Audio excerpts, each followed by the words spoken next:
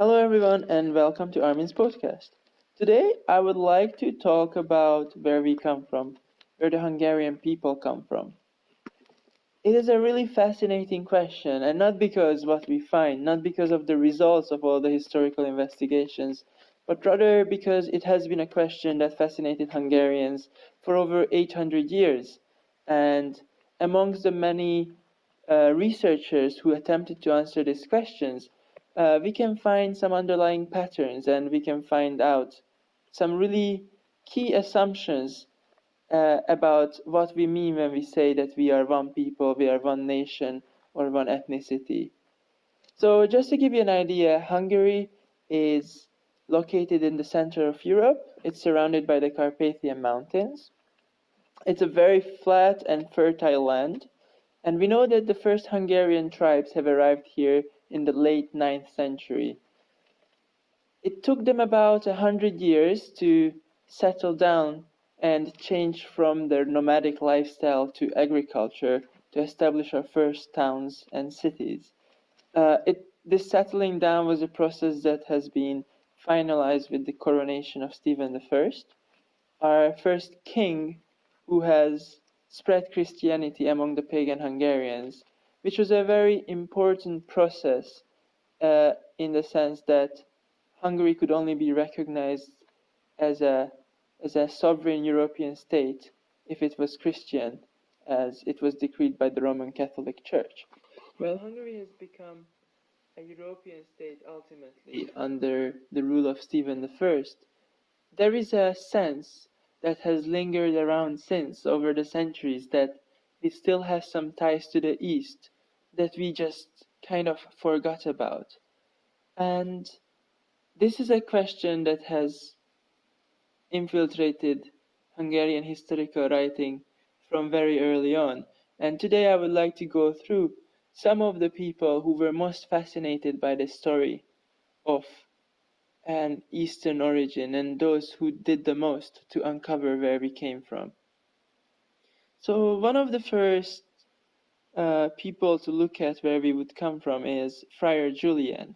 He was a Dominican monk living in the middle of the 13th century, and he was fascinated by the idea that Hungarians might have relative tribes who are still out there somewhere in the east along the path of our migration. And just to know, this path of migration that the Hungarian tribes took is a process that was already known at the time to have taken over hundreds of years. So it would have been very hard to uncover exactly what path people would have taken just to reach the Carpathian Basin. It would be very, very hard to pinpoint the exact origin and location where we would have come from. But Friar Julian attempted to find these people, these hypothesized Hungarian relatives, nevertheless. So Friar Julian set foot from Hungary to find the lost relatives of the Hungarians. He traveled down to Constantinople, traversed the Black Sea northeast, and he continued on land until reaching this territory just above the Caspian Sea, which he later named Magna Hungaria, where he encountered people who could he understand himself with. He said they were speaking the same language as Hungarians were, and while they were living this pagan and nomadic lifestyle, they were very interested to hear about the fate of their brothers who have settled in the Carpathian Basin a couple hundred years before. This was an astonishing fact, and once Julianus returned back to Hungary to share these news, he was instantaneously sent back to recover the exact location of these tribes once more. But then again, when he went, he couldn't find these tribes at the same location. And at the time, much was hypothesized that this was in relation to the fact that the Mongol Empire from the east have just disturbed the habitat of these tribes, and maybe they have even eliminated the relative Hungarians. However, it has remained from the 13th century onwards, in Hungarian historical writing, a possibility that there might be some relatives and an original place, a place of origin for Hungarians where we have all came from. And it's actually quite interesting because Friar Julian has inspired so many later scholars to look into this quest. And as it turns out, his views have not been questioned for over 700 years, and it was only in the late 20th centuries when a very deep historical inquiry revealed that Friar Julian actually was only going under the pretense of finding the Hungarians and was traveling east with a papal decree to find out more about the Mongol Empire, who was about to strike Europe a couple decades later. And so he was basically engaging in espionage and not really bothering about uncovering the story of the Hungarians. Regardless, he and his historical writing about the origins of the Hungarians, regardless of it being true, it was very influential, and clearly there was a need to uncover. And let's remember, this is still the 13th century, where there are direct descendants of the Hungarian tribal leaders who are currently serving as on the throne of Hungary. But nevertheless, the oral tradition that might have been passed down as to where we come from has been weakened to an extent that people don't seem to have remembered where we exactly came from. But Friar Julian actually motivated the first written source about the origin of the Hungarians, the Gesta Hungarorum, which basically builds on his own stories and has been very influential later on. So much so that probably every century of Hungarian historical writing had a figure who tried to answer this question. So I would like to jump a little bit to the late 18th century, where a scholar named Kőrösi Csoma Sándor, who was very much influenced by the writings of Friar Julian, set out to uncover the origin of the Hungarians, just to explore what this myth might be. And just remember, at this time there has been more research conducted as to where the Hungarians might come from. There was some debate about the linguistic origins of the people. There was also some ethnographic research going on as to what do the folk motifs of Hungarian folk culture most resemble to in terms of people surrounding us from the east. So Kőrösi set foot in 1819 to travel to today's Inner Mongolia, where he hoped to find some linguistic and ethnographic evidence that the Hungarian land of origin might indeed be that place. He traveled through the Middle East and attempted to approach Inner Mongolia from the south through Central Asia.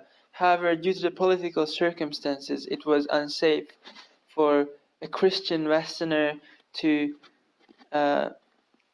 traverse through today's region of Uzbekistan. So he had to divert his route, and he ended up in Tibet, where he's actually attributed to have written the first Tibetan English dictionary. However, he never managed to uncover the Hungarian place of origin. Nevertheless, his travels and basically his sacrifice of his life to travel and uncover the Hungarian place of origin inspired many other Hungarian scholars to travel eastbound and try to uncover this myth. And one of the most notable of whom is Armin Hamp, a linguistically talented scholar who traveled in the disguise of a Turkish dervish to be able to traverse across this Central Asian region in peace. He was quite successful and managed to go as north as Bukhara, but he could not go any further, and thus he also failed at establishing whether Inner Mongolia was the place where we might have originated from. Also, he has contributed a lot to the discussion of the Hungarian origin in terms of linguistics, where in the late 19th century there appears that the best clues we might have to our place of origin is through understanding what the Hungarian language really is like. I find the work of these three travelers, Friar Julian, Körösi Csoma Sándor, and Bámbéry Armin, particularly fascinating. Even though it turns out Friar Julian was only spying on the Mongol Empire, the image of someone sacrificing their lives in order to uncover the Hungarian place of origin is a particularly strong image because of the assumptions it communicates. And I think these assumptions are basically the fact that we can uncover a place where we could come from, and we would be able to thus trace our route back to the place of origin and trace and give more meaning to this 100 years of migration that resulted in our settlement of the 9th century. And most interesting of these facts is not really that we were interested in the particular details and location where we would have come from. Scholars have both been fine with the original Hungary laying in today's Inner Mongolia just as much as north of the Caspian Sea. It was more about being able to construct this framework in which the migration of the Hungarian people is a continuous process, and then we can trace a direct line of descendancy to those people of Central Asia in the 4th and 3rd century up until today's Hungarian people, which, if we think about it, is a very unrealistic and ambitious assumption, because migration itself did not stop as we have settled the Carpathian Basin. So it would be wrong to claim any continuity between the people who have settled in the 9th century to those who we were, for instance, by the end of the 19th century. Nevertheless, in the formation of a national identity, which we see have started as early as the 13th century, we are in the need of a narrative that is without gaps, that gives a continual explanation as to where we have come from, be it from Turkic, Finno-Ugric, Central Asian, or Western Asian origins. And this is the reason I find the story of the Hungarian search for our place of origin so fascinating. This has been the most fruitful topic of Hungarian historical writing, where we have new attempts of explanation from almost every decade for over 800 years. As of today's historical consensus that is underpinned by genetic and linguistic research, the Hungarian people have originated from the western hills of the Ural Mountains. However, due to the consequent hundreds of years of nomadic migration in the westernmost plains of Asia, the idea of continuity in terms of direct lineage to those Uralic people remains questionable. I hope you enjoyed today's episode, and I would encourage you to read up on this topic of Hungarian prehistory if you're interested in some of the craziest genealogies you will ever hear. Thank you very much for listening. This was Armin's podcast. See you next time.